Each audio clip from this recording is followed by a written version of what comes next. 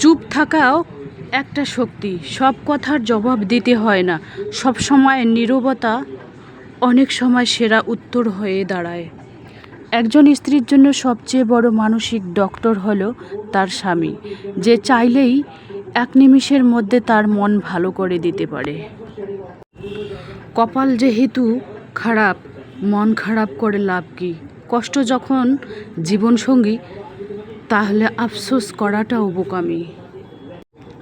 স্বামীর অল্প ইনকামে গ্রামের গৃহিণী হয়ে বাড়িতে বসে মাসে 12,000 টাকা আয় করি। প্রতিদিন 400-500 টাকা আয় হয়, আলহামদুলিল্লাহ। তো নতুন দিনে নতুন আরেকটি ভ্লগ ভিডিও নিয়ে হাজির আমি আপনাদের মাঝে। সাভানা, ভারতের ছোট্ট একটা গ্রাম শীতলকুচি জেলা থেকে বলছি। তো welcome back to my channel. আসসালামু আলাইকুম। তোমরা সবাই কেমন আছো? আমি আশা করি তোমরা সকলেই ভালো আছো। আলহামদুলিল্লাহ আমিও ভালো আছি, আর আমার পরিবার পরিজনদের নিয়ে আলহামদুলিল্লাহ আমি ভালোই আছি। আর আমার প্রাণপ্রিয় কলিজা আপু ভাইয়েরা, তোমরা সবাই কেমন আছো? আমি আশা করি তোমরা সকলেই ভালো আছো। তো বরাবরের মতো না, ব্লগটা আমি সন্ধ্যা থেকেই শুরু করে দিলাম। তো চলো ব্লগটা দেখতেই থাকো, আশা করি খুবই ভালোই লাগবে। আর গ্রামে বাপের বাসা থেকে কাঁঠাল নিয়ে এসেছি খাবার জন্য। কাঁচা কাঁঠাল নিয়ে এসেছি অনেকগুলো, পেকে খাবো সেই জন্যই আর কি। তো স্বামীর অল্প ইনকামে গ্রামের গৃহিণী হয়ে বাড়িতে বসে মাসে 12,000 টাকা আয় করি। প্রতিদিন 400 টাকা 500 টাকা আয় হয়, আলহামদুলিল্লাহ। সেই বিষয় নিয়ে তোমাদের কাছে আলোচনা করব। তো টানা কয়েকদিন থেকে আর কি গরম চলছে। কালকে মানে প্রত্যেক দিন রাতে তো মানে বৃষ্টি হয়ই, মানে কীরকম ছিটে ফোঁটা বৃষ্টি হয়। কালকে রাতে যা বৃষ্টি হয়েছে, বাপরে বাপ, একেবারে মুষলধারে বৃষ্টি হয়েছিল। তো মানে মুষলধারে যখন বৃষ্টি হয়, তো রাত্রিবেলা, দিনের বেলা হয়তো গরম লাগে, রাত্রিবেলা একটু ঠান্ডা ঠান্ডা বোধ হয়। তো এই মৌসুমটাই ঠিক আছে। সপ্তাহে একদিন অন্তত বৃষ্টি হলে কিন্তু মানুষগুলো রাহাত পায়, মানুষগুলো শান্তি পায়, ঘুমোতে পারে। আর আশেপাশে শাকসবজি মানুষ আবাদ সুবাদ করে, ওগুলোও একটু সতেজ হয়।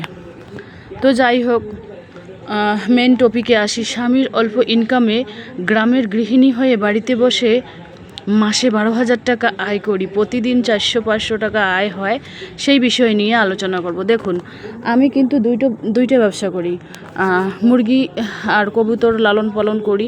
কবুতর তো অল্প স্বল্প, কবুতরের কথা বাদই দিলাম। মুরগি আছে, বর্তমানে আমার কাছে মুরগি আছে, মোরগ মুরগি সহ আর কি 70 পিস আছে। ছোট বড় মোরগ মুরগি সহ 70 পিস আছে। আমার আশা আছে 100 পিস করার। তো বর্তমানে টাকা নেই।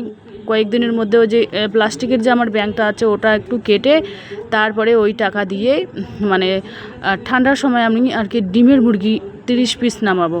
কারণ এখন নামাবো না, যদি ছোট মুরগির বাচ্চা নামাই তাহলে কিন্তু ওই খাবার দাবার কিনলে কিন্তু একই রকম ওই খরচটা হয়ে যায়। তো লালন পালন করার থেকে আমি ডাইরেক্ট কিনে নিয়ে আসবো। আজকে নিয়ে আসলাম, কাল থেকেই ডিম দেওয়া শুরু করবে।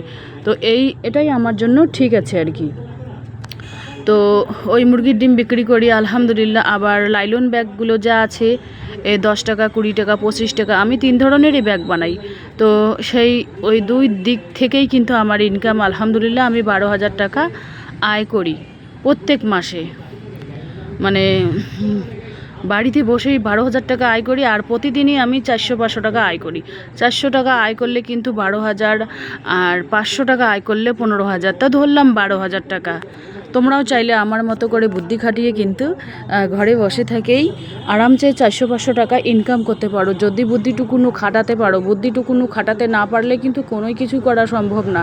আর আমরা যারা গ্রামের গৃহিণী, তাদের কিন্তু অনেক পাশে অশান্তি। মনে করো, তোমার যদি ইনকাম না থাকে, তারও কথা শুনতে হয়।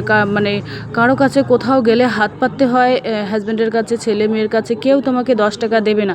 তোমার যদি নিজের ইনকাম থাকে, তাহলে তোমার কাছেই ওরা এসে হাত পেতে নেবে। এটাই হচ্ছে মেন কথা। তো তোমাকে আগে নিজে ইনকামটা করতে হবে। ইনকাম করতে পারলে তোমার দাম আছে, ইনকাম করতে না পারলে তোমার কোথাও কোনো মূল্য নেই, দাম নেই, সম্মান নেই, ভালোবাসার অভাব পাবে চারিদিকে। সেই জন্য তোমাদের বলি কি, ইনকাম করার চেষ্টা করো, অল্প হলেও। 12,000 না পাও 10,000, 10,000 না পাও 8,000, 8,000 না পাও 5,000, 5,000 না পাও 3,000, 3,000 না পাও 1,500। অন্তত নিজের হাত খরচের টাকাটা যদি তোমরা ইনকাম করতে পারো, তাহলে কিন্তু তোমাদের আর কেউ কিছু বলবে না, বা বলবে না মুখের উপর যে নেই আমার কাছে টাকা, এটা কথা অন্তত শুনতে হবে না। নেই, যখনই কেউ নেই বলে তখনই কিন্তু ভিতরটা একেবারে ছাত করে ওঠে, ফাত করে উঠে যায়, উড়ে যায় যে হ্যাঁ আমাকে নেই বললো, আরও তো দিন আছে। তো যাই হোক, কাঁঠাল সেদিন বাপের বাসায় থেকে নিয়ে এসেছি, তো বস্তায় করে রাখা আছে। আমি একটা করে পাকে, একটা করে খাই, একটা করে একবারে খেতে পারি না, অর্ধেকটা কেটে রেখে দেই, অর্ধেকটা সকালে খাই, অর্ধেকটা বিকেলে খাই, চিড়া মুড়ি দিয়ে মেখে মেখে অফ ক্যামেরায় খাই। তো ক্যামেরার সামনেও একটু দেখিয়ে দিচ্ছি, কারণ এগুলো হচ্ছে ন্যাচারাল, এখানে কোনো সার টার কোনো মেডিসিন দেওয়া নেই কাঁঠালের মধ্যে, মনে করো। তো সেই জন্যই আর কি ভাবলাম যে না, কাঁঠাল আর কি আমি তুলে খাই, কারণ এইগুলো সিজনের ফল খেতে হয়। সিজনের ফল যদি আমরা খেতে পারি তাহলে কিন্তু শরীরের মধ্যে অনেক উপকার হয়। সিজনের ফল কেউ কেউ খেতেই পারে না, কিন্তু সিজনের ফল খেতে হয়। সিজনের ফল যেমন আমের সময় আম, বর্তমান তো গাছে কারো গাছে আম নেই, বর্তমান আম কিনে খেতে হয়, বর্তমান 50 টাকা কিলো আমের। তো তোমাদের এখানে খাইয়ে দেখাচ্ছি আমি, খুব মিষ্টি, হেভি মিষ্টি। আর বীজগুলো, কাঁঠালের বীজগুলো আমার খুব ভালো লাগে, বাদামের মতো লাগে। কাঁঠালের বীজগুলো আমি কি করি জানো, শুকিয়ে নেই, টিনের চালের মধ্যে ভালো করে ধুয়ে শুকিয়ে নিয়ে শুকনো খোলার মধ্যে ভেজে, তারপরে লোহার যে হামানদিস্তা আছে ওইটা দিয়ে একেবারে থেতো করে লবণ, তেল, পেঁয়াজ দিয়ে চটকে গরম ভাতের সাথে ডাল দিয়ে আমি খুব সুন্দরভাবে খাই। তো মানে কতটুকু আমি যে কাঁঠাল খাই, সে কাঁঠালের যে চাপিটা আছে ওই চাপিটা কিন্তু আমার মুরগিরা খায়, খুব সুন্দরভাবে খায়, মিষ্টি লাগে তো ওরা খুব সুন্দরভাবে খায় আর কি। তো যাই হোক, কাঁঠালের কোনো অংশ আমার বাদ যায় না।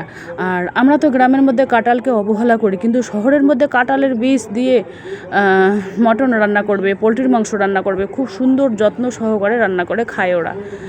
টাউনের মধ্যে পাওয়া যায় না, সেই জন্য ওরা এভাবে খায় যত্ন সহকারে, কিন্তু গ্রামের মধ্যে এগুলো পাওয়া যায় সবসময়, সেই জন্য আমরা কিন্তু অবহেলা করি।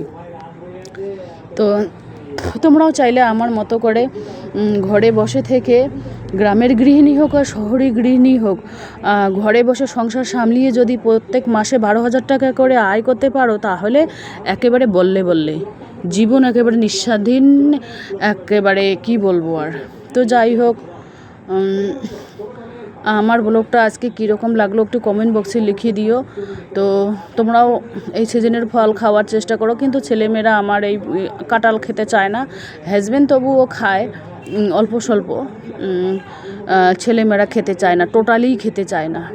আর দেখুন আর কিছুদিনের মধ্যে কিন্তু কাঁঠাল শেষ হয়ে যাবে, তখন কিন্তু কাঁঠাল খেতে পারবো না, এই গরমের সময় কিন্তু কাঁঠাল পাকে আর কি। তো যাই হোক, এই বস্তাটা শেষ হবে কাঁঠালের খাওয়া, তারপরে 1 সপ্তাহ পর আরও 1 বস্তা কেটে নিয়ে আসবো। আর 1 বস্তা যদি ছোট ছোট নিয়ে আসি, সেদিন কিন্তু 1 বস্তা নিয়ে আসিনি, আধ বস্তা নিয়ে এসেছি। আর 1 বস্তা যদি নিয়ে আসি তাহলে কিন্তু আমার আরও 1 সপ্তাহ চলে যাবে, ওই জন্য আগে এইগুলো খাই। তো এভাবে আর কি আমি খাই। তো চিড়া হোক, মুড়ি হোক, এভাবে আর কি দিয়ে খেলে কিন্তু খুবই ভালো লাগে, একটা টিফিন হয়, নাস্তা হয়, হেলদি একটা নাস্তা হয়। আমি কিন্তু ওই বাজারের আজে বাজে জিনিস খাওয়া পছন্দ করি না। হ্যাঁ, প্যাকেটিং চানাচুর ওইগুলো হয়তো 16 আনা 32 আনা মাঝে সাঝে খাই, 5 টাকা 10 টাকার করে নিয়ে, কিন্তু বাজারের সচরাচর জিনিস আমি খাই না, কারণ বাজারের সব কিছু জিনিসই কিন্তু ভেজালযুক্ত। আর বাড়িতে যে কোনো জিনিস রান্না করে খাবে বা গাছের ফল খাবে, সেইগুলো একেবারে ন্যাচারাল। সেই জন্য এই বস্তাটার অর্ধেক বস্তা শেষ হয়ে যাবে খাওয়া, তারপরে আমি আর অর্ধেক বস্তা নিয়ে আসার চেষ্টা করব। তো চলো, আজকের ব্লগ এ পর্যন্তই। ততক্ষণ তোমরা সবাই সুস্থ থাকো, সাবধানে থাকো, টাটা, আল্লাহ হাফেজ। তো মানে কাঁঠাল খেতে খেতেই আজকের ব্লগটা আমি শেষ করলাম, কারণ গরমের মধ্যে না আর অত কিছু কাজ দেখাতে পারলাম না তোমাদের সামনে। তো যতটুকুনি পারি ততটুকুনি শেয়ার করার চেষ্টা করি, যেহেতু আমার প্রত্যেক দিনে বিকাল 4টায় ব্লগ আসে। আমার ব্লগের কোনো না কোনো অংশ ভালো লাগলে সাবস্ক্রাইব করে পাশে থাকবেন। আর কাঁঠালের বিচির যে দাম, শহরের মধ্যে কাঁঠালের বিচির কিন্তু কেজি ধরা বিক্রি হয়। এই যে দেখতে পাচ্ছেন, এখানে তুলে রেখে দিয়েছি কাঁঠাল, আর এই যে ব্যাগ রেখে দিয়েছি এখানে।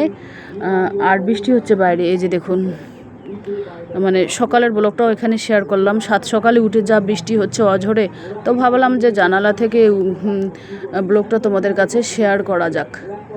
তো যাই হোক শেয়ার করতেছি। এই যে দেখুন চাল কুমড়ো, ওদের আমাদের পাশের বাসায় দেখুন কত সুন্দর চাল কুমড়োর ড্যাম হয়েছে, আর বৃষ্টি হচ্ছে খুব সুন্দর।